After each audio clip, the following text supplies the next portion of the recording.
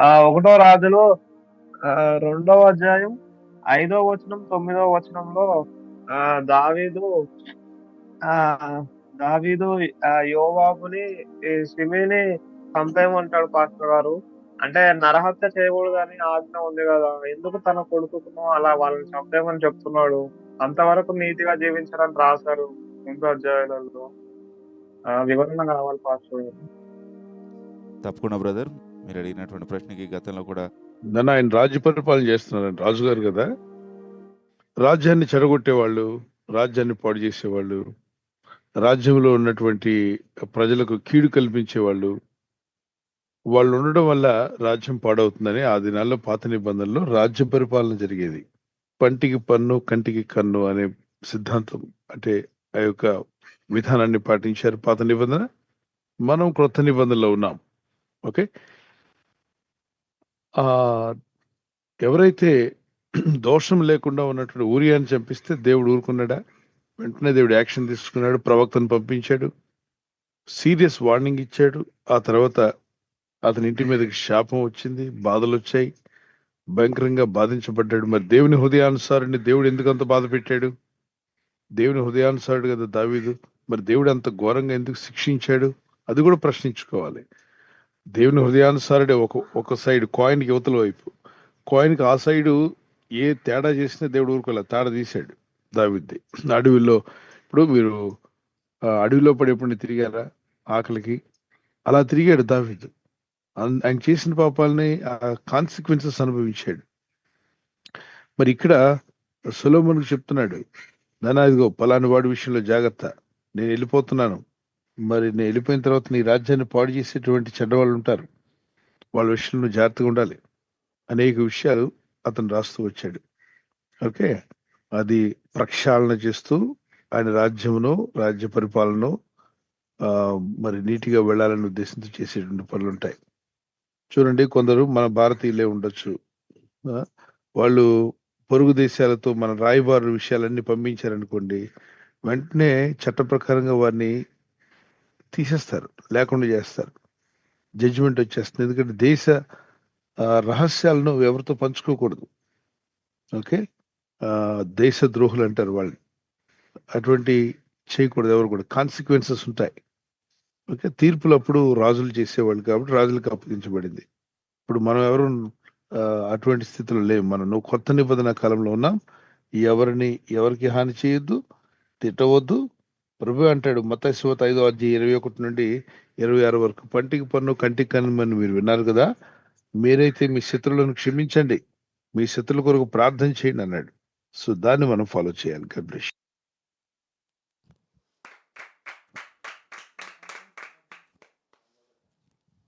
Thank you pastor గారు. ఈ సమయంలో మరొక ప్రశ్న బ్రదర్ రాంబాబు గారు విజయవాడ నుంచి.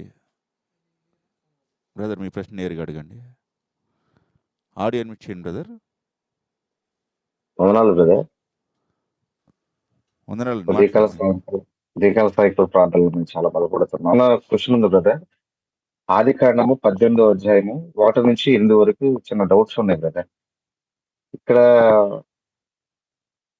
అబ్రహాం గారు నాకు ఒక వ్యవహాన్ గతక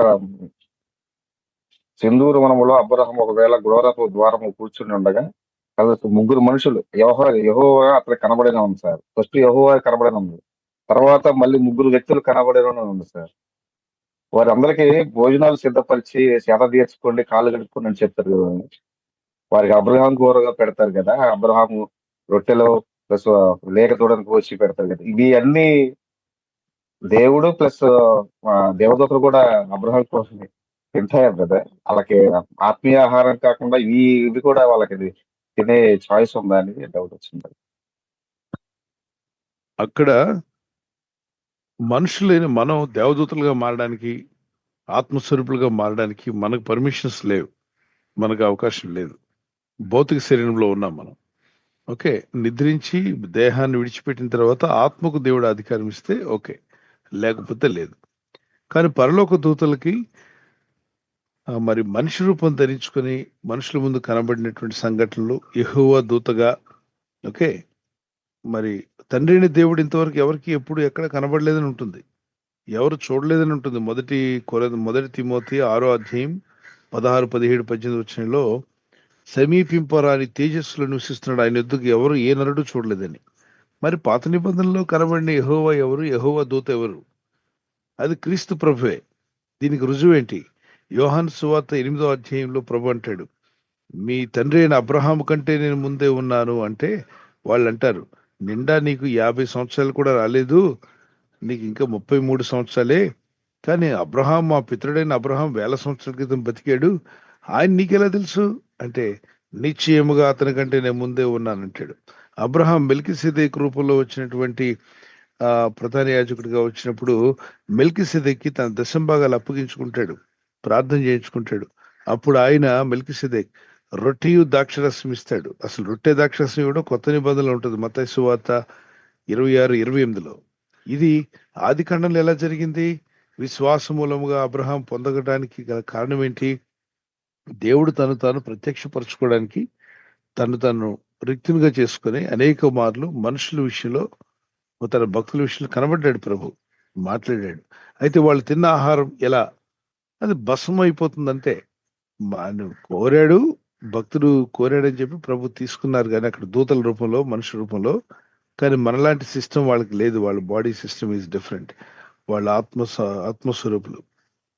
సో ఇక్కడ మీరు దేవుడి తండ్రి అయిన దేవుడు వచ్చాడా అట్లా అనుకోకండి. ఆయన తండ్రి అయిన దేవుడు వచ్చే స్థితి కాదు. ఆయన్ని ఎవరు ఇంతవరకు చూడలేదని వాక్యం సెలవిస్తుంది. మరి ప్రభు అంటాడు, నన్ను చూచువారు నా తండ్రిని చూచినట్టే, నేను నా తండ్రి ఏకమై ఉన్నాం అంటాడు. మరి మోషేతో ఆ మండుచున్న పొదలో ప్రభు కనబడినట్టు యెహోవా కనబడినట్టు ఉంటుంది. మరొక దగ్గర యెహోవా దూత అని ఉంటుంది. సో దేవుడే దూత రూపంలోనూ తాను ప్రత్యక్షపరుచుకున్నాడు తన భక్తులకి. లేకపోతే మరి మనుషులు ఎలా గ్రహించగలరు? అదే విషయం. మరి ఇప్పుడు ఎందుకు అలా ప్రత్యక్షపరచుకోవట్లేదు? ఇప్పుడు బైబిల్ ఇవ్వబడింది. ఒకప్పుడు స్టార్టింగ్ లో రిఫ్రిజిరేటర్ కనిపెట్టినప్పుడు ఎవరన్నా కొంటే ఆ కంపెనీ వాళ్ళు వచ్చి అన్ని ఎక్స్ప్లెయిన్ చేసి బిగించి ఇచ్చేవాళ్ళు. ఇప్పుడు మీరు రిఫ్రిజిరేటర్ కొన్నారనుకోండి షోరూమ్ లో, ఆ కంపెనీ వాడు వస్తున్నాడా మీ ఇంటికి? అంటే ఆ తయారు చేసిన అతను మీ ఇంటికి వస్తున్నాడా? రావట్లేదు, రారండి. చెప్పండి. మరి ఏమి ఇస్తున్నారు? దాంతో పాటు బుక్ ఇస్తున్నారు, మాన్యువల్ అనే బుక్ ఇస్తున్నారు. ఒక మిక్సీ కొన్నారనుకోండి, ఆ ఉషా కంపెనీ మిక్సీ కొన్నారనుకోండి, బజాజ్ కంపెనీ, ఆ బజాజ్ కంపెనీ అతను ఆ ఫ్యాక్టరీ నుండి వస్తున్నాడా మన ఇంటికి? రావట్లేదు పాస్టర్. రాడు. ఏమి ఇస్తున్నారు? దాంతో పాటు బుక్ ఇస్తున్నారు. ఆ బుక్ చదువుకొని స్టెప్ 1, స్టెప్ 2, స్టెప్ 3 చదివి ఫాలో చేసి ప్లగ్ కనెక్ట్ చేసి దాన్ని అలా ఆపరేట్ చేయండి. నాబ్ ఎలా తిప్పాలో కూడా దానిలో ఉంటుంది, దాన్ని ఫాలో చేయండి అని చెప్తాడు. బుక్ ఇస్తున్నాడు. ఒకప్పుడు స్టార్టింగ్ లో బుక్ లేనప్పుడు వాళ్ళు వచ్చేవాళ్ళు, కంపెనీ వాళ్ళు వచ్చి అన్ని ఎక్స్ప్లెయిన్ చేసేవాళ్ళు.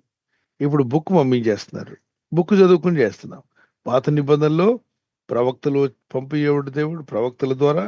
అలాగే దేవుడే కొన్ని మార్లు దూత రూపంలో వచ్చి మాట్లాడారు. కొత్త నిబంధన కాలంలో ఇప్పుడు మనకు బైబిల్ ఇవ్వబడింది.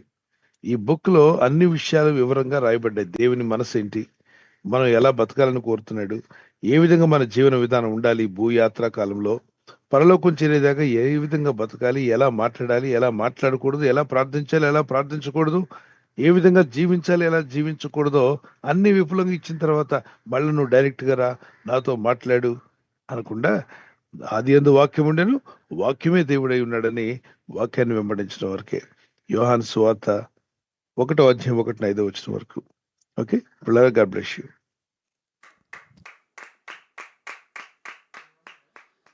థ్యాంక్ యూ పాస్టర్ గారు. తర్వాత ప్రశ్న సిస్టర్ కుమారి గారు తాడేపల్లిగూడెం నుంచి ఈ విధంగా ప్రశ్న అడుగుతున్నారు. పాస్టర్ గారు, సంఘంలో స్త్రీలు లేచి బల్లిస్తున్నారు, అలా బల్లిచ్చినప్పుడు మేము తీసుకోవచ్చా అనే విధంగా ప్రశ్న అడుగుతున్నారు పాస్టర్ గారు.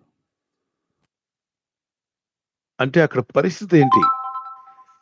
స్త్రీ నిలిచి ఇస్తుంది అంటే అక్కడ ఎవరు పురుషులు లేరా, భక్తి కలిగిన వారు లేరా, ఆ చర్చిలో మంచి ప్రార్థనా పరులు లేరా? కొన్ని చర్చిలో 30 మందే ఉంటారు. 30 మందిలో ఆ 10 మంది మగాళ్ళు అన్ని అలవాట్లు ఉన్నాయనుకోండి, మరి ఆ మగాడితో ఎలా ఇప్పిస్తారు? వాడు మారు మనసు పొందలేదు, దేవుని యందు విశ్వాసం సరిగా లేదు, బయటికి వెళ్తే ఆడవాళ్ళు చూసి కన్ను కొడతాడు, వాడితో ఇప్పించవచ్చా? పురుషుడు కదా అని. బయటికి వెళ్తే మందు తాగుతాడు, వాడు చూపు బాలేదు, వాడు మాట బాలేదు, మారు మనసు లేదు, తిరిగి జన్మించలేదు. కానీ 30 మంది భక్తులు ఉన్నారు. అందులో 10 మంది అయోమయంగా ఉన్నారు, మారుమనసు పొందలేదు. అందులో ఈ పురుషుల జనాంగం కూడా ఉన్నారు. మిగిలిన 20 మందిలో మంచి ఆత్మీయులైన స్త్రీలు ప్రార్థన చేస్తున్నారు, ప్రార్థనా పరులు. బల్లి ఇవ్వాల్సి వచ్చినప్పుడు ఓ భక్తి పురాలకి ఇచ్చారనుకోండి, ఆమె ప్లేట్లో పట్టుకొచ్చి ఇచ్చింది, కానీ ఆమె మిమ్మల్ని ఏమి ఇబ్బంది పెట్టలేదు కదా, మీకు అందజేస్తుంది అంతే. మీకు ఫెసిలిటీ కల్ప్ చేస్తున్నారు. అక్కడ దైవజనుడు లేకపోతే దైవ సేవకులు చెప్పారు, ప్రార్థన చేశారనుకోండి, ఇస్తే ఆ భక్తి పురాలా కాదా చూడండి, స్త్రీయా పురుషుడు అని చూడొద్దు. ఓకే, ఇప్పుడు అలా అనుకున్నట్లయితే, అమ్మా మీ ఇంటి వద్దున్న సంఘమునకు అని అన్నాడు. అక్కడ ఓ పత్రిక రాయబడింది. తిమోతికి ఓ పత్రిక, ఆయన తిమోతి సేవకుడు. ఫిలోమోన్ సేవకుడు, ఆయనకు పత్రిక రాయబడింది. మరి అదే విధంగా ఒక తల్లికి కూడా పత్రిక రాయబడింది, ఆమె స్త్రీయే కదా. 2 యోహాను పత్రిక చదవండి. 2 యోహాను పత్రిక, ఏర్పరచబడినదైన అమ్మగారికి అని అపోస్తులైన యోహాను గారు, యేసుప్రభు వారికి బాగా సమీపంగా ఉన్న శిష్యుడు, ప్రకటన గ్రంథం రాయడానికి వాడుకోబడినటువంటి శిష్యుడు రాస్తున్నాడు. చూడండి, పెద్దనైన నేను ఏర్పరచబడినదైన అమ్మగారికి. అయ్యగారా అమ్మగారా? అమ్మగారికి. అమ్మగారికి, ఆమె పిల్లలకు అంటే అక్కడ సంఘం ఉంది. అక్కడ అమ్మగారికి ఆమె పిల్లలకును శుభమని చెప్పి రాయినది పత్రిక రాశాడు. ఎఫ్ఎస్సిలో ఉన్న సంఘానికి, ఫిలిప్పీలో ఉన్న సంఘానికి పత్రికలు రాయబడ్డాయి. అలాగే ఒక తల్లి గారికి కూడా పత్రిక రాయబడింది. ఆమె ఇంట్లో పిల్లలు ఉన్నారు. పిల్లలంటే ఎవరు? ఆత్మీయమైన పిల్లలు. ఓకే, రాస్తున్నాను, ఏర్పరచబడినదైనా అమ్మగారికి అంటాడు. అలాగా అదే పత్రికలో 3 చోట్ల ఆమె గురించి మాట్లాడతాడు. ఓకే, మరి ఆమె ఆత్మలు రక్షించింది, ఆమె ఇంటి దగ్గర పిల్లలు ఉన్నారు. మరి ఆత్మీయమైన పిల్లలకి ఆ ప్రభు వల్ల ఇచ్చే విషయంలో ఆమెను కూడా దేవుడు వాడుకున్నాడు కదా. మరి బాప్తిజానికి కూడా స్త్రీ ఇవ్వాలి, అలా లేదు. ఎందుకంటే నీటిలోకి వెళ్తే స్త్రీ నీటిలో నిలబడి ఇంకో వ్యక్తికి ఇచ్చేటువంటి పరిస్థితి వద్దు. పురుషులు దిగుతారు. అందులో భక్తిపరులైన వ్యక్తి మీ సంఘంలో లేరనుకోండి, రోజు ఎవరుగా బాప్తిజం ఆయా సమయాల్లో ఎప్పుడు ఇస్తారో అప్పుడు ఇచ్చే టైంలో ఆ భక్తులైన మంచి ఆత్మీయులైన సేవకులు ఉంటారు. మీ ఊర్లో 30 కిలోమీటర్లోనో 50 కిలోమీటర్లోనో యథార్థమైన భక్తులు ఉంటారు. మోసగాళ్ళు, దొంగ వ్యవహారాలు పెట్టేవాళ్ళు, బాప్తిజం ఇచ్చాక ఆ సంఘ విశ్వాసం పట్టుకుపోయేవాడు, నేను బాప్తిజం ఇచ్చాను కాబట్టి మీ సంఘానికి దర్శనం బాగా వద్దు, నాకే పంపించు అనేటువంటి దొంగ సన్నాసులు వీళ్ళు చాలా మంది ఉన్నారు, నేను చూశాను. వాళ్ళు ఏంటంటే ప్రభు యొక్క పరిచర్య అని చెప్పి పిలుస్తారు మీటింగ్కి. వచ్చినప్పుడు సరే సేవకుడు కూడా అవకాశం ఇద్దామని బాప్తిజం ఇవ్వమంటే వీడు బాప్తిజం ఇచ్చేసి ఫోటో తీసేసుకుంటాడు. వాళ్ళతో తీసుకొని వాక్యం చెప్పడం ఏమి లేదు, ఎప్పుడో ఒకసారి వచ్చి బాప్తిజం ఇచ్చినందుకు వాళ్ళకి ఫోన్ చేస్తుంటాడు, నేనే ఇచ్చాను బాప్తిజం, నువ్వు నాకే ఇవ్వాలి దర్శనం భాగం అంటాడు. అలా లేదు, బైబిల్లో ఎక్కడ కూడా బాప్తిజం ఇచ్చినోడికి దర్శనం భాగం ఇమ్మని లేదు. మరి ఎక్కడ ఇమ్మని ఉంది? ఎక్కడ వాక్యాహారం తీసుకుంటావో, ఎక్కడ బలపరచబడుతున్నావో వారికి ఇమ్మని ఉంది. ఎక్కడ? గలతీ 6:6లో ఏమని ఉంటుందంటే, వాక్యోపదేశం పొందువాడు అంటే వాక్యాన్ని వింటున్న వ్యక్తి, వాక్యాన్ని వినే వ్యక్తి, వాక్యోపదేశం చేయువానికి అంటే వాక్యోపదేశం చేస్తున్న వ్యక్తికి, చదువుదాం, వాక్యోపదేశం పొందువాడు ఉపదేశించువానికి మంచి పదార్థములన్నింటిలో భాగం ఇయ్యవలెను. ఓకేనా? అది దీన్ని కొంతమంది ఏంటంటే స్వార్థపరంగా, నేను ఇచ్చా బాప్తిజం, అసలు నువ్వు ఆ చర్చిలో ఎన్ని సంవత్సరాలు పనిచేసావు, ఎన్ని ఆత్మలకు వాక్యం అందించావు, ఎంత ప్రయాసపడ్డావు, అదే ఉండదు. ఈ దశమ భాగాల కోసం రకరకాల ఎత్తుగడలేసేవాళ్ళు ఉన్నారు. కనుక యథార్థవంతులు లేరంటూ ఉన్నారు. యథార్థమైన సేవకులు ఆ పని చేయరు. ఎన్నో చోట్లకి బాప్తిజాలకు పిలుస్తుంటారు, వెళ్ళి ఇచ్చేసి వచ్చేస్తారు. సో బళ్ళు ఇచ్చే టైంలో ఆ తయారు చేసింది ఎవరు? స్త్రీగా ఇంట్లో తయారు చేసింది, లేదు పురుషులే చేయాలని అనుకుంటా, ఓకే చేయండి, పురుషులు చేస్తే సంతోషమే. లేదు మా చర్చిలో అటువంటి పరిశుద్ధంగా అంటే మారు మనసు పొందిన పురుషులు లేరంటే మరి స్త్రీలతో రొట్టెని ద్రాక్షరసం తయారు చేసి, ఇప్పుడు తీసుకున్న వ్యక్తి ఆలోచించాల్సిన స్త్రీ ఇచ్చిందా పురుషుడు ఇచ్చాడా కాదు, ఇది ప్రభు శరీరం అని వివేచించావా, నిన్ను నువ్వు పరీక్షించుకున్నావా, క్షమించి తీసుకుంటున్నావా, అందరినీ కక్ష కోపం ద్వేషంతో తీసుకుంటున్నావా, అది దట్ ఈస్ మ్యాటర్. ఇది ప్రభు శరీరము, నా కొరకు ప్రభు రక్తం కలిసి ప్రాణం పెట్టాడు, ఇది ప్రభు యొక్క రక్తం, అది వివేచించండి. స్త్రీ ఇచ్చిందా, పురుషుడు ఇచ్చాడా, తెల్ల షర్ట్ వేసుకున్నాడా, మరి రెడ్ షర్ట్ వేసుకున్నాడా, ఈ కాదు మనం చూడాల్సింది.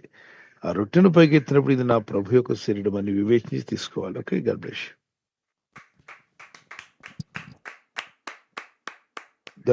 దానికి రిఫరెన్స్ ఏంటంటే 1 కొరింథీ పత్రిక మొదటి కొరింథీ పత్రిక 11వ అధ్యాయం 24 నుండి 31 వచనం వరకు చదువుకోండి. Bless you. Thank you pastor గారు. తర్వాత ప్రశ్న కల్పన గారు విజయవాడ నుంచి అడుగుతున్నారండి.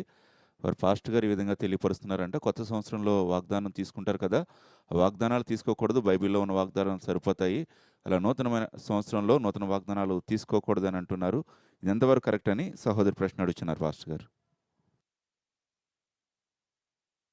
అంటే బైబిల్లో ఉన్న వాగ్దానమే కదా వాగ్దాన కార్డుల మీద ఉంటుంది. అవునండి. మరి వేరే వాళ్ళ వాగ్దానాలు ఏమి ఉండవుగా, బైబిల్లో ఉన్న వాగ్దానం తీసి వాగ్దాన కార్డులో వేస్తారు.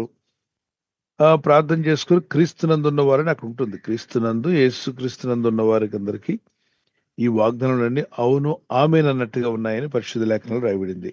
సో యేసు క్రీస్తునందు ఉన్నావా, మారుమనసు పొందావా లేదా అది పరీక్షించుకోండి.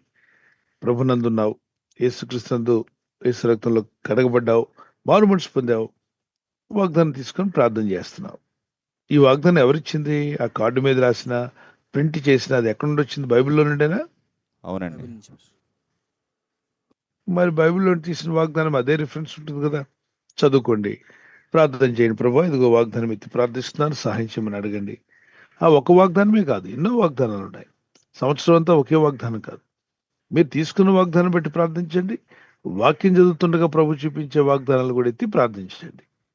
అంటే తీసుకోకూడదు, ఇదంతా ఓవర్ ఎగ్జైట్మెంట్, ఎగ్జాగరేషన్.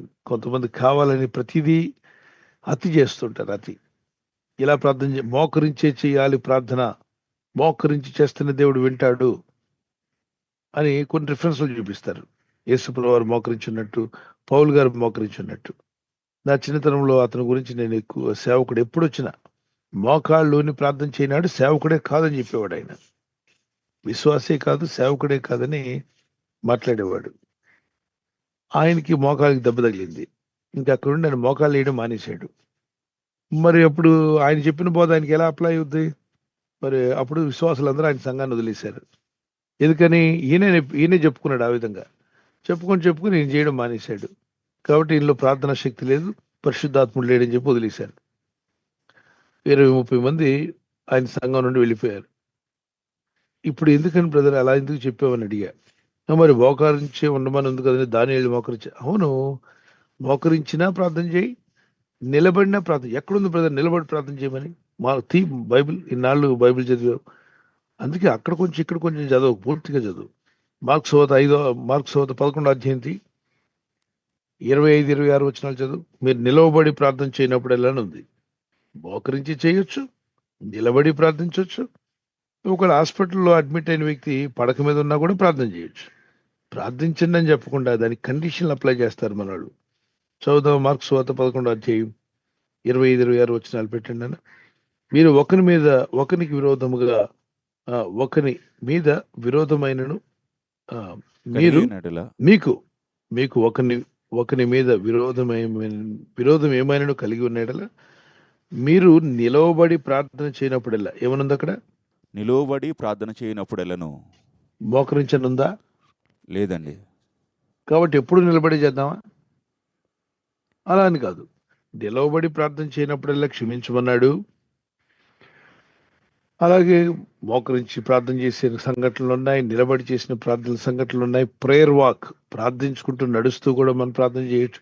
ప్రార్థన చేసామా లేదా అని దాన్ని చూడాలి, కానీ నిలబడ్డా, కూర్చున్నాడా, మోకరించాడా, ఇదంతా అవసరం లేని విషయాలను హైలైట్ చేయడం. ప్రార్థించాడా లేదా అని చూడు, ప్రార్థనలో ఉన్నారా లేదా అని. అలాగే వాగ్దానం తీసుకుని ప్రార్థనలో ఉంటున్నారా? మంచిదేగా, దేవుని స్తుతిస్తూ ప్రేరేగా చేస్తున్నారు. ఆ వాగ్దానం బైబిల్లో ఉన్నదే కదా, వీళ్ళు క్రీస్తునందు ఉన్నవారే కదా. మరి నీకేం రోగం? వద్దని ఎందుకు అనుకుంటున్నావు? దయచేసి ప్రార్థించేవాడిని చేయనివ్వండి. కండిషన్లు పెట్టి మీకు నచ్చిందంతా చెప్పుకుంటూ వెళ్ళొద్దు. దేవుని వాక్యం ఎక్కడుంది బైబిల్లో? వాగ్దానం తీసుకున్నట్టుందా? అంటే సెల్ ఫోన్ వాడమని ఉందా? మరి ఎందుకు వాడుతున్నావు సెల్ ఫోన్? పారి. మరి లైట్ కరెంట్ లైట్ పెట్టుకోమని ఉందా? కరెంట్ పెట్టుకోమని ఉందా? లేదే, పారి, కట్ చేసి పారి. గ్యాస్ సిలిండర్ పెట్టుకోమని ఉందా? బండ తీసి పారే బయట అని ఓవర్ యాక్షన్ చేయకండి. దేవుడు ఇచ్చాడు ఫెసిలిటీస్, వాటిని వాడుకుంటున్నాం. ఏది చేసినాను మాట చేత కానీ క్రియ చేత కానీ ఏది చేసినానో తండ్రిని దేవునికి మహిమ కలిగినట్లు యేసుక్రీస్తు నామం పేరట చేయమన్నాడు. అది చూడండి కొలస్సీ పత్రిక 3:16-17లో మీరు ఏమి చేసినానో అది దేవునికి మహిమ వస్తుందా లేదా, దేవునికి మహిమకరంగా ఉన్నారా లేదా, వాగ్దానం తీసుకున్నాడు, ప్రార్థన చేస్తున్నాడా, మంచిదేగా, భక్తి కలిగి దేవుని స్తుతిస్తున్నారు కదా, ఓకే. అలా మీరు ఆలోచించండి. మాట చేత కానీ క్రియ చేత కానీ ఏది చేసినా దేవునికి మహిమ వస్తుందా లేదు, మహిమకరంగా ప్రార్థన చేయొచ్చు. God bless you.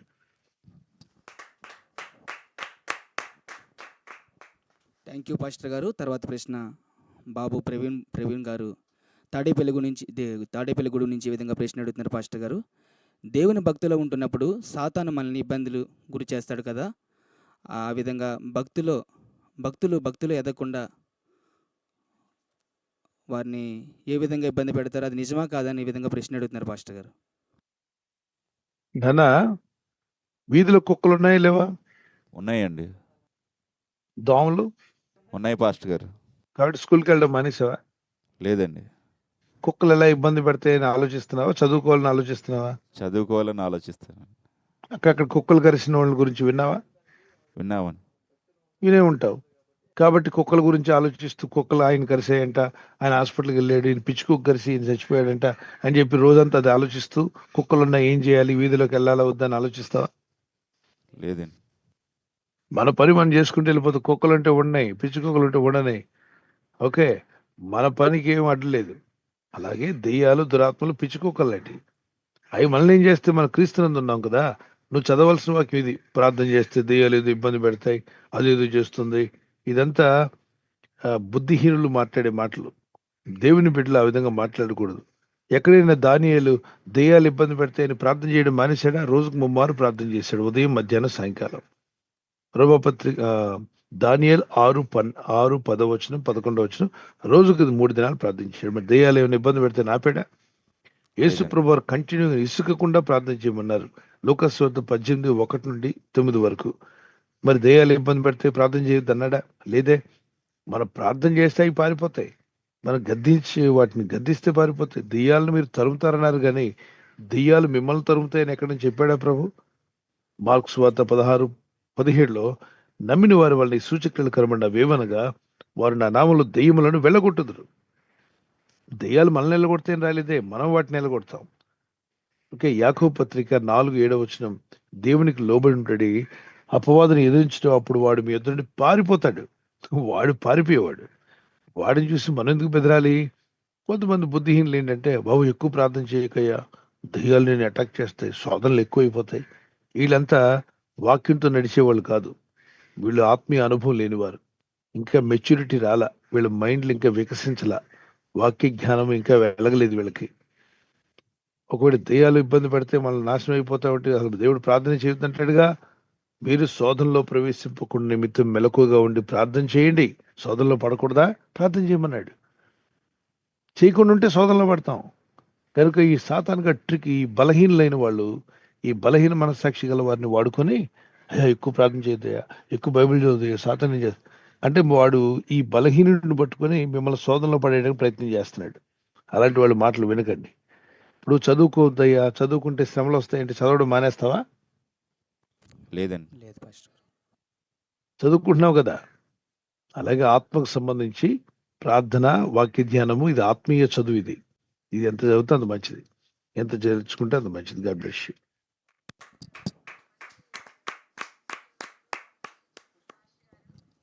Thank you pastor గారు. తర్వాత ప్రశ్న బ్రదర్ ప్రకాష్ గారు కొండపల్లి నుంచి అడుగుతున్నారండి. దేవుడు మనుషుల్ని దేవదూతల్ని కలుగు చేశారు, కానీ మనుషుల నిమిత్తమే ఎందుకు పరిశుద్ధ రక్తం కార్చవలసి వచ్చింది? దేవదూతలు కూడా క్షమించినట్లయితే ఈ పాపం ఉండదు కదా, ఈ నరకం ఉండదు కదా అని అంటున్నారు పాస్టర్ గారు.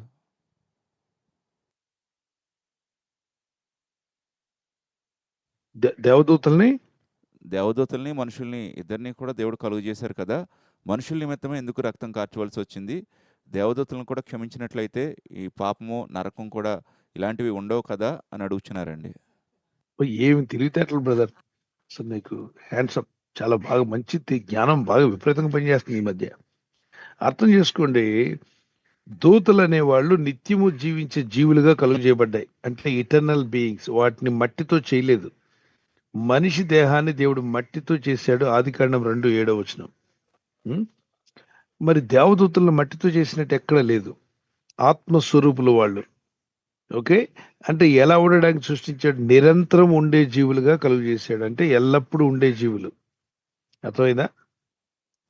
ఇప్పుడు నిరంతరం ఉండే దానిలోకి పాపం వెళ్తే ఏమవుద్ది? నిరంతర పాపి అవుతుంది. ఓకే, మనిషిలోకి పాపం వచ్చినప్పుడు మనిషిలో నిరంతరం జీవించే ఆత్మ ఉంది, మట్టి నుండి వచ్చిన దేహం ఉంది. రెండు కలిపి ఉన్నాయి మనిషిలో. మనుషుడు పాపం చేసినప్పుడు ఈ శిక్షను ఆత్మకి ఇవ్వకుండా దేహం మీదకి పంపిస్తే అప్పుడు మట్టి నుండి వచ్చిన శరీరం మళ్ళా తిరిగి మట్టికి పోయే అవకాశం ఉంది. ఆత్మను మాత్రం ప్రభు తీసుకుని పోయి పరలోకమందు ఉంచే అవకాశం ఉంది. కాబట్టి మనం లక్కీ. మనం అంటే ఇంకో ఇది లక్కీ అనే మాట వాడకూడదు, కానీ దేవుడిచ్చిన ధన్యత ఏంటంటే మట్టి నుండి మనిషిని చేయడం మంచిదైంది. మనల్ని కూడా దూతల్లా చేసుంటే సాతానుతో పాటు మనం కూడా ఫాలెన్ ఏంజల్స్ లాగా తయారై ఉండేవాళ్ళం. మనుషుడు ఎలా తప్పించుకోగలిగాడు అంటే మట్టి నుండి మానవ దేహము, పైనుండి వచ్చిన ఆత్మ రెండు కలిసి ఒక దేహంలో నివసిస్తున్నాయి. కాబట్టి ఈ శిక్ష మట్టి దేహానికి ఇచ్చేసి ఆత్మను సేవ్ చేస్తున్నాడు. రక్తం కార్చాల్సిన అవసరం ఏంటి? ప్రాణం పెట్టాల్సిన అవసరం అంటే బైబిల్ సరిగ్గా చదవలేని అర్థం. పాత నిబంధనలో ఆజ్ఞలు ఇవ్వబడ్డాయి, వాటిని పాటించకపోతే మరణశిక్ష విధించమన్నాడు. మరి అందరు మరణశిక్ష విధిస్తే మొత్తం అందరూ పోతాం, మొత్తం అందరూ కొట్టుకుపోవాల్సిందే, ఎవడు నిలబడలేడు. మరి 10 ఆజ్ఞలు ఒక ఆజ్ఞ తప్పితే అన్ని ఆజ్ఞలు తప్పినట్టే. 9 పాటించి ఒకటి తప్పితే 10 కూడా ఫెయిల్ అయినట్టే, ఒకటి తప్పితే. అంటే పర్ఫెక్ట్ మ్యాన్ భూమి మీద లేరు.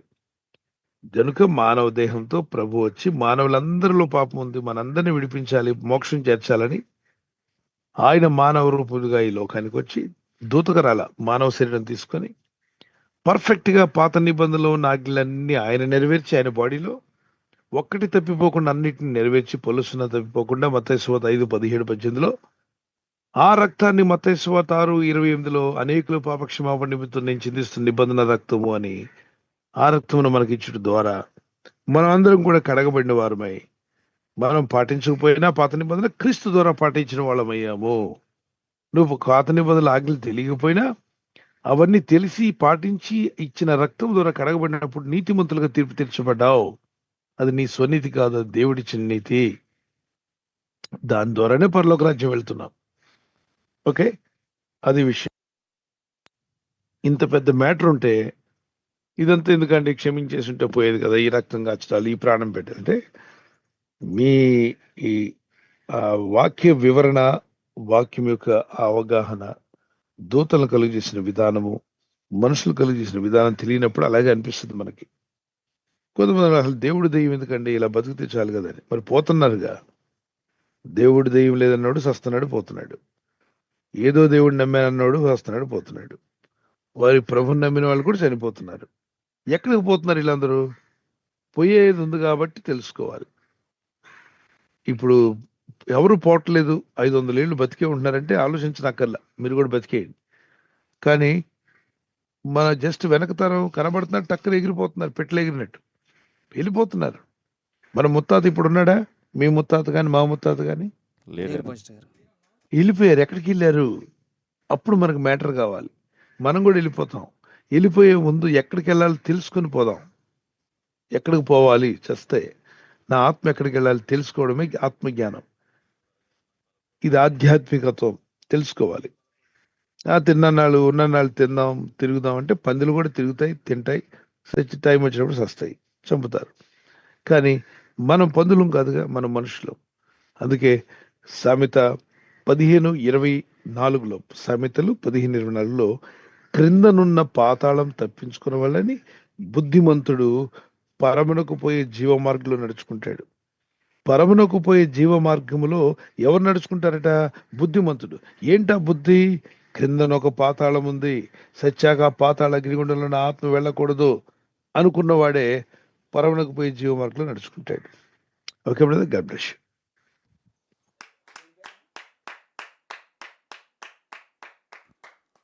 థ్యాంక్ యూ పాస్టర్ గారు. తర్వాత ప్రశ్న సిస్టర్ కల్పన గారు విజయవాడ నుంచి ఈ విధంగా ప్రశ్న అడుగుతున్నారు పాస్టర్ గారు.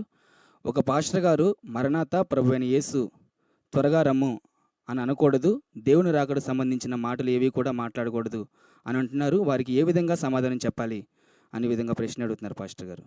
అలా ఏ సేవకుడేనంటే ఆ రిఫరెన్స్ చూపించమనండి. ఎక్కడుంది ఆ రిఫరెన్స్ చూపించండి. అనకూడదు అనే మాట ఎక్కడుందో చూపించండి. అనవద్దు, మరణాత అని మీరు ఎవరు అనవద్దు, ప్రభు అయిన యేసు త్వరగా రమ్ము అని అనవద్దని ఎక్కడుందో చూపించమనండి. విశ్వాసులారా, ఆత్మజ్ఞానం కలిగి ఉండండి. ఎవరైనా లేదు కూడదు అంటే రిఫరెన్స్ తీసి చూపించమనండి. ఒక దగ్గరగా 2-3 చోట్ల ఉండాలి. మరి రమ్ము అని పిలువమనుందా? ప్రభు అయిన యేసు త్వరగా రమ్ము అని అనమనుందా? ఉంది. మరణాత అని ఉందా? ఉంది.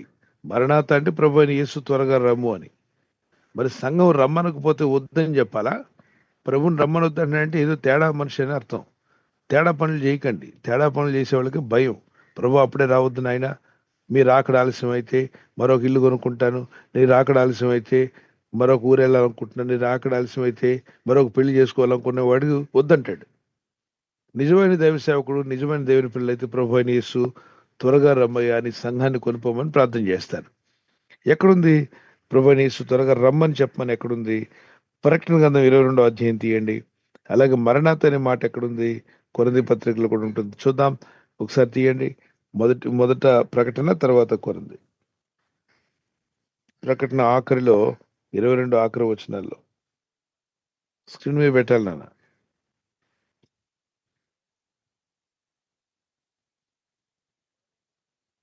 బైబిల్ రిఫరెన్స్ తెలిసిన వాళ్ళు కూర్చోండి. అక్కడ బైబిల్ చదవడం తెలియని వాళ్ళని కూర్చోబెట్టకండి.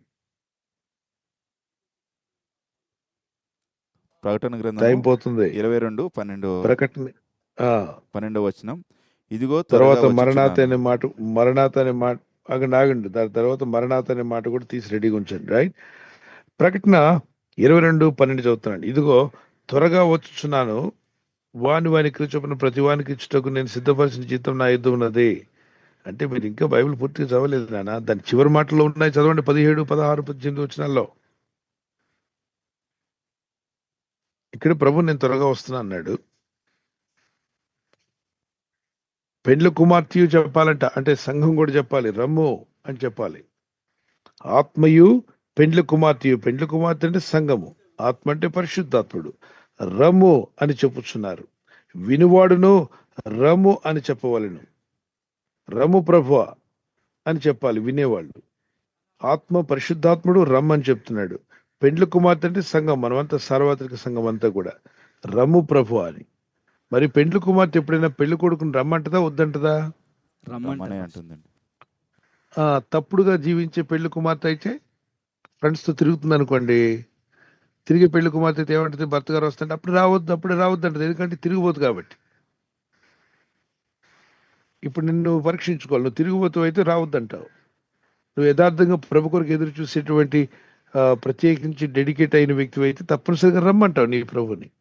నిజమైన పెండ్లి కుమార్తె తన భర్త కొరకు ఎదురు చూస్తూ రమ్మనే అంటుంది. ఎప్పుడు వస్తారని అడుగుతుంది. అంటే అది ఉదాహరించాడు అక్కడ. పెళ్లి కుమార్తె అంటే ఈ శరీర సంబంధాలు, లైంగిక సంబంధాలు, చెదారం మీ మైండ్లోకి రానివద్దు. అక్కడ బంధం ఏంటంటే పెళ్లి కుమారుడుగా వరుడుగా ప్రభు వస్తుండగా పెళ్లి కుమార్తె సంఘం కూడా రమ్మని చెప్పాలి. అలాగే మరణాత అనే మాట కూడా ఉంది. అపోస్తలుడైన పౌలు అంటాడు మరణాత. చూద్దాం, 1 కొరింథీ 16:22. గుర్తుపెట్టుకోండి రిఫరెన్సెస్. ఎవరైనా వద్దన్నారంటే ఇమీడియట్లీ రిఫరెన్స్ చూపించండి. 1 కొరింథీ 16:22. ఎవడైనా ప్రభువును ప్రేమింపకుంటే వాడు శపింపబడును గాక. ప్రభు వచ్చుచున్నాడు. ప్రభువును ప్రేమించకపోతే ఏమవుతుందట? శాపగ్రస్తులు అవుతుంది. చూడండి, ఎవడైనా ప్రభువును ప్రేమింపకుంటే వాడు శపింపబడును గాక అన్నాడు. అందుకే దేవుని పిల్లలారా, ధనాన్ని లోకాన్ని కాకుండా దేవుని ప్రేమించండి, అది మీకు ఆశీర్వాదం. ప్రభుని ప్రేమించకపోతే శాపం. ప్రభు వచ్చుచున్నాడు. ఇప్పుడు ఇంగ్లీష్ లో మీరు ఇటువైపు చదవండి. 22వ వచనం ఏముంది? If any man love not the lord Jesus Christ let him be anathema మరణాత. అనతేమా అంటే శాపగ్రస్తుడు. దాని కింద ఏమన్నాడు? మరణాత ఫుట్ నోట్లో దాని అడ్రస్, దాని యొక్క మీనింగ్ ఏంటి చదవండి.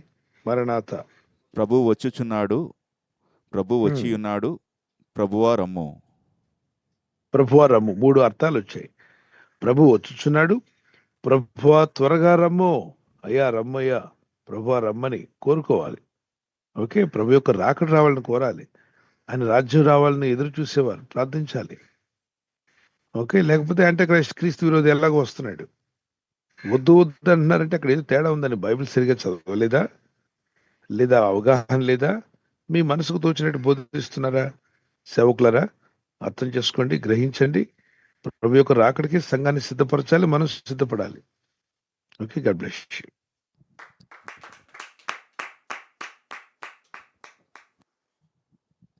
థ్యాంక్ యూ పాస్టర్ గారు. తర్వాత ప్రశ్న. మరొక మాట అన్నారు, ఇలాగ సంఘంలో ఉన్న వాళ్ళు కూడా ఎత్తి పొడుస్తూ మాట్లాడుతున్నారు, వాక్యాన్ని చెప్పేదాన్ని పక్కన పెట్టి వాళ్ళు విమర్శిస్తూ వీళ్ళని విమర్శిస్తూ ఆ ప్రసంగాలన్నీ కూడా విమర్శతో వెళ్ళిపోతున్నాయి, మాకు వాక్యం వినబుద్ధి గట్ల. నిజమే, దైవ సేవకులారా గుర్తుపెట్టుకోండి, మీరు వాక్యం చెప్తున్నామని ఒక్కొక్కరిని టార్గెట్ చేసి వాక్యంలో పడేసి తిడుతున్నారు అనుకోండి, ప్రజలకు అర్థం అవుతుంది. ప్రజలు చదువుకున్నారు, వాళ్ళు వివేకవంతులే. మీకన్నా ఎక్కువ చదువుకున్న వాళ్ళు కూడా కూర్చొని ఉంటారు, మీ ముందు వింటుంటారు. వాళ్ళకి ఏం రాదని పల్లెటూరు గబ్బిలాలు అనుకోకండి, వాళ్ళకి మీనింగ్ అర్థం అవుతుంది ఎవరి గురించి మాట్లాడుతామని. అవన్నీ మాని తిన్నగా వాక్యం చెప్పండి. నా గొర్రెలను మేపమన్నాడు సేవకులు, ఆత్మీయ ఆహారం పెట్టండి. విమర్శల్లో వాళ్ళకి ఏమి ఆత్మీయ ఆహారం దొరకదు. ఒకవేళ వాక్యం హెచ్చరించింది, గద్దించింది, ఖండించింది, సరిచేస్తుందంటే ఓకే. ప్రతిసారికి అదే పనే? ప్రేమించమని కూడా ఉందిగా వాక్యం, సరిచేయమని కూడా ఉందిగా, పడిపోయిన వాడిని లేపమని ఉందిగా, అగ్గిలో కాలిపోయేవాడిని కూడా నీ చేతులు కాలితే చూసుకోవద్దు, వాడిని బయటికి లాగమని ఉందిగా. అవన్నీ ఎందుకు చూడరు మీరు? ఇది ఎప్పుడు ఖండిస్తూ వీళ్ళేదో పెద్ద జడ్జిమెంట్, పరలోకంలో దూడిపడినట్టు అందరినీ తీర్పు తీరుస్తూ ఉంటారు. ఇది ఒక రోగం, పరశీలకు అంటుకున్న రోగం. పరశీలు సదుకులు అలాగే చేసి ప్రభువారితో గొడవ పడ్డారు. శనివారం ఎక్కడ ఎందుకు స్వస్థపరిచావు, శనివారం స్వస్థపరచమని ఎక్కడుంది, శనివారం విశ్రాంతి దినం కదా అంటూ ప్రభుతో గొడవ పడ్డారు. అలాంటి ఆత్మ కలిగి ఉండకండి, మీరు దేవుని ఆత్మ కలిగి ఉండండి. ఓకే అమ్మ, మరి మీరు ఇక్కడ ఆ చర్చికి వెళ్ళడం మానేశారన్నారు. ఒక మాట, మీకు దగ్గరలో వాక్యానుసారంగా బోధించే బోధకులు ఉంటారుగా, అక్కడికి వెళ్ళొచ్చు మీరు. ఓకే, ఏదో ఒక మంచి ఆత్మీయమైన సహవాసం కలిగి ఉండడం మంచిది. ముందు చెప్పి చూడండి, సేవకులు మారాలని ప్రార్థన చేయండి, వాళ్ళు విధానం మార్చుకోవడానికి ప్రయత్నం చేస్తారేమో, ప్రార్థించండి, ప్రభుత్వం మాట్లాడండి, ఆ వివేచన వారు కలిగేలాగా మాట్లాడండి. అయ్యా, మీరు ఇలా విమర్శనాత్మకంగా బోధించకండి, మేము వచ్చేది వాక్యం వినడానికి, వాళ్ళని వీళ్ళని ఎత్తిపడవడం ఎందుకండి మాకు, ఆ మాటలు మాకేం జీవం కలిగించట్లేదు. సత్యవాక్యాన్ని బోధించండి, మా ఆత్మీయ ఆహారం పెట్టండి. మేము వచ్చేది వాక్యం విని బలపడడానికి. మీరు సొల్లంతా ఎందుకు మాట్లాడతారు, వేస్ట్ మాటలని? వాళ్ళని వీళ్ళని టార్గెట్ చేసి ఎందుకు బోధిస్తారు? మీరు వాక్యం మాకు అందించడం వల్ల మేము వాక్యం చదివి వాక్య ధ్యానం చేసి బలపడడానికి వస్తున్నాం. ఇంకా విమర్శలు మాకు వద్దండి, ఇలా అయితే మేము రావడం మానేస్తామని చెప్పండి, మొహమాట లేకుండా చెప్పండి. వాళ్ళు గ్రహించుకుంటారు. అప్పటికైనా మనసు మార్చుకొని మారు మనసు పొందాలని ప్రార్థన చేద్దాం. ఓకే, వెంటనే మానేయొద్దు, కానీ చర్చితో చెప్పండి, సేవకుడికి జ్ఞానం కలిగేలా చూడండి, విషయాన్ని వ్యక్తపరచండి మంచిగా, ప్రేమతో. అప్పటికీ వినకుండా నా దారి నాదే, నువ్వు నాకు చెప్పేంతటి దాని అయ్యావా, నువ్వు నాకు చెప్పేంతటి వాడు అయ్యావా అని మూర్ఖంగా మాట్లాడితే మూర్ఖుడి దగ్గరికి వెళ్ళడం మానేసి ఆత్మీయులైన సంఘానికి వెళ్ళండి. God bless you.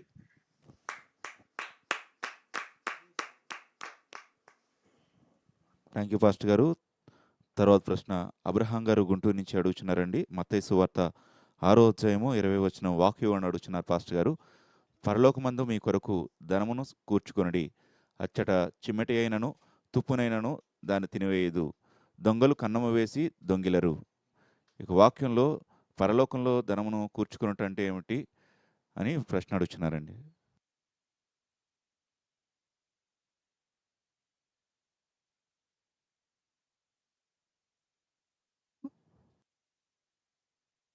ప్రభు అంటాడు, మత్తయి సువార్త 25:36 నుండి 46 వరకు చదువుకోండి. అక్కడ ఏమని ఉంటుందంటే, నేను ఆకలి కొని ఉన్నాను, మీరు నాకు ఆహారం పెట్టలేదు, నేను వస్త్రహీనుడై ఉంటే నాకు వస్త్రాలు ఇవ్వలేదు, నేను చెరసాల్లో ఉంటే మీరు వచ్చి నన్ను సందర్శించలేదు, నేను రోగిగా ఉన్నప్పుడు నన్ను పరామర్శించలేదు అంటాడు. ప్రభు, నువ్వెప్పుడు వస్త్రం లేకుండా ఆకలితో మా వీధిలోకి ఎప్పుడు వచ్చావు ప్రభు అని అంటే, ప్రభు అక్కడ ఉన్న వాళ్ళని చూపించి, ఈ నా చిన్నవారిలో మీరు చేయలేదు కాబట్టి మీరు నాకు చేయలేదు, నా సహోదరులకు చేయలేదు కాబట్టి మీరు నాకు చేయలేదు అంటాడు. అది ఎడమవైపు ఉన్నవారు. కుడివైపు ఉన్న వారిని పిలిచి అంటాడు, నా తండ్రి రాజ్యాన్ని స్వతంత్రించుకోండి, పరలోక పట్టణంలోకి వెళ్ళిపోమంటాడు. అంటూ నేను ఆకలిగా ఉన్నప్పుడు మీరు నాకు ఆహారం పెట్టారు, నాకు వస్త్రాలు లేనప్పుడు మీరు నాకు వస్త్రాలు ఇచ్చారు, నేను అనాథగా ఉన్నప్పుడు నన్ను ఆదరించారని చెప్తూ వాళ్ళు అంటారు, ప్రభు మీరెప్పుడు వచ్చారు, మేమెప్పుడు ఇచ్చాము, మేము మీకు ఎప్పుడు ఇవ్వలేదే, మీరు ఎప్పుడు మా వీధుల్లో ఆకలితో కనబడలేదే, వస్త్రాలు మేము మీకు ఎప్పుడు ఇవ్వలేదే అంటే ప్రభు తన చుట్టూ ఉన్న సహోదరులను చూపించి, ఇదిగో ఈ నా సహోదరులకు చేశారు కనుక మీరు నాకు చేసినట్టే అంటాడు. అంటే భూమి మీద సేవలో మనం ఖర్చు పెట్టినా, సువార్త పనిలో ఖర్చు పెట్టినా, మందిర నిర్మాణాలు కావచ్చు, సువార్త పని కావచ్చు, అనాథ బిడ్డల విషయంలో కావచ్చు, అనాథల పిల్లల విషయంలో, విధవరాండ్ర విషయంలో, సువార్త సేవా కార్యక్రమాలు జరిగిస్తున్న, పరిచర్య జరిగిస్తున్న దైవ సేవకులు కావచ్చు, ఇలాంటి విషయాల్లో మనం మన కష్టార్జితంలో కొంత మనం పెట్టినప్పుడు అది ప్రభు ఏమంటున్నాడు, మీరు నాకు పెట్టినట్టే, నాకు ఇచ్చినట్టే అంటున్నాడు. అంటే దాని అర్థం భూమి మీద ఏమీ ఉంచుకోవద్దని కాదు. భూమి మీద మీ కొరకు ధనం సంపాదించుకొని పరలోక విషయాన్ని మర్చిపోతే ఈ భూమి మీద ఉన్నది ఎవరైనా దోచుకోవచ్చు, దొంగలు వచ్చి చిమట పట్టొచ్చు, పోవచ్చు, అన్ని పోతాయి. కానీ మీరు భూమి మీద ఉండగానే పరలోకమందు కూడా మీ ధనాన్ని సమకూర్చుకోండి. ఎలా? సేవకు ఇచ్చడం ద్వారా, సువార్త పనులకు, దేవుని సేవా కార్యక్రమాలకు. సువార్త అంటే అనేక ఆత్మలు రక్షించబడతాయి. సువార్త వినే కదా మనంతా రక్షించబడ్డాం. ఎవరో ఒకళ్ళు ఎక్కడో దగ్గర సువార్త చెప్పబట్టే రక్షణలోకి వచ్చాం. మరి అది ప్రకటింపబడాలి. ప్రకటింపబడాలంటే ఊరికే అయిపోవట్లేదుగా. దానికి మైక్ అవసరం ఉండొచ్చు, ప్రయాణం అవసరం ఉండొచ్చు, మీటింగ్లు ఖర్చు పెట్టినప్పుడు జనాలు రావచ్చు అక్కడికి, దానికి పాంప్లెట్స్ ప్రింటింగ్ అయి ఉండొచ్చు, వాల్ పోస్టర్స్ అయి ఉండొచ్చు, అనేక మంది గ్యాదర్ అవ్వాలి, అక్కడ సువార్త ప్రకటించబడాలి. వీధుల్లో సువార్త, ట్రైన్లో సువార్త, బస్సుల్లో సువార్త, అలాగే సభల్లో సువార్త ఉంది, కరపత్రికల ద్వారా మరి సువార్త ఉంది, ప్రింటింగ్స్, ట్రాక్స్ ప్రింట్ చేసి అనేకులకి ఇచ్చి సువార్త రక్షణలు నడిపిస్తున్నారు. రేడియో ద్వారా దేవుని వాక్యం వెళ్తుంది, టీవీ ద్వారా వెళ్తుంది, యూట్యూబ్ లైవ్ ద్వారా ఇప్పుడు వాక్యం వెళ్తుంది. వీటన్నిటికి ఖర్చు అవ్వకుండా అవుతుందంటే తప్పనిసరిగా ఎంత చెట్టుకి అంత గాలని, ఎంత పనికి అంత ఖర్చు అవుతూనే ఉంటుంది. వీటిల్లో కొన్ని విషయాలు మనం భరించుకున్నప్పుడు ఆ దేవుని మాటలు అందించబడ్డాయి అనేకులకి. ఆ వాక్యం రక్షించబడితే ఆ మీటింగ్ కొరకు మనం ఖర్చు పెట్టాం. ఓకే, ఆ మీటింగ్లో అనేకులు రక్షించబడ్డారు అనుకోండి, ఆ ఫలం దేవుడు మనకి ఇవ్వడా? ఇస్తాడు. ఎందుకంటే లూకాసు సువార్త 8వ అధ్యాయంలో యేసుప్రభు వారు పల్లెల్లోను పట్టణాల్లోను ప్రయాణం చేస్తూ పరిచర్య చేయుచుండగా అక్కడ లూకా 8వ అధ్యాయం 1-2 వచనాల్లో హన్నయు, సూసన్నయు, మరి ఇంకా అక్కడ హెరోదు యొక్క భార్య, వీళ్ళందరూ కూడా వారు తమకు కలిగిన ఆస్తితో ఉపచారము చేయుచుండరి.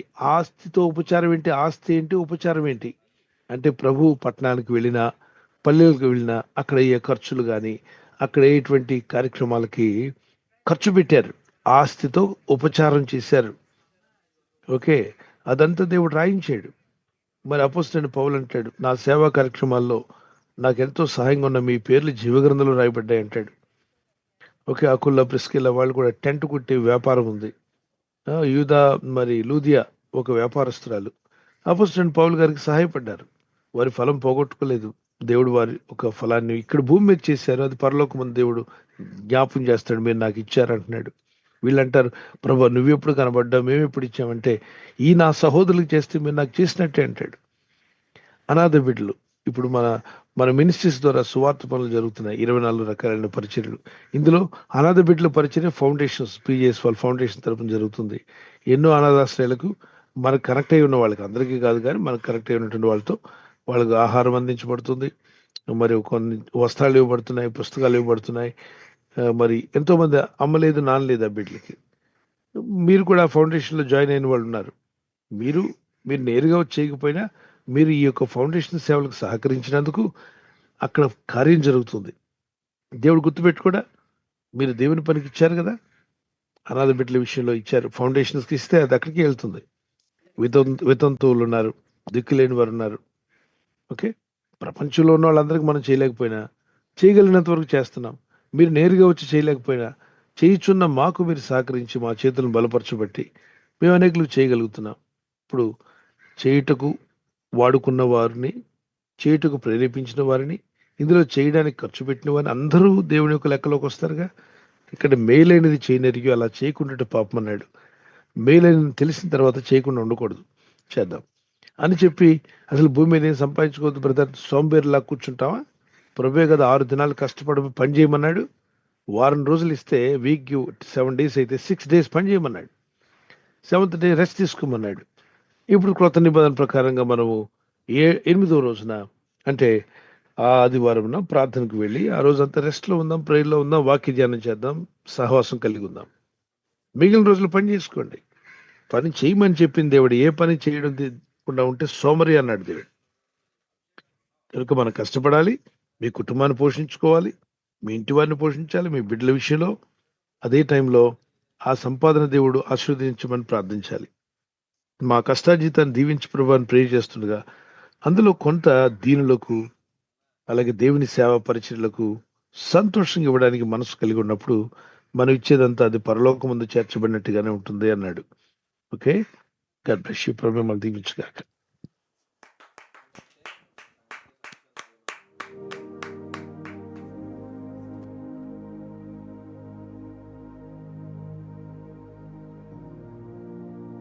థ్యాంక్ యూ పాస్టర్ గారు.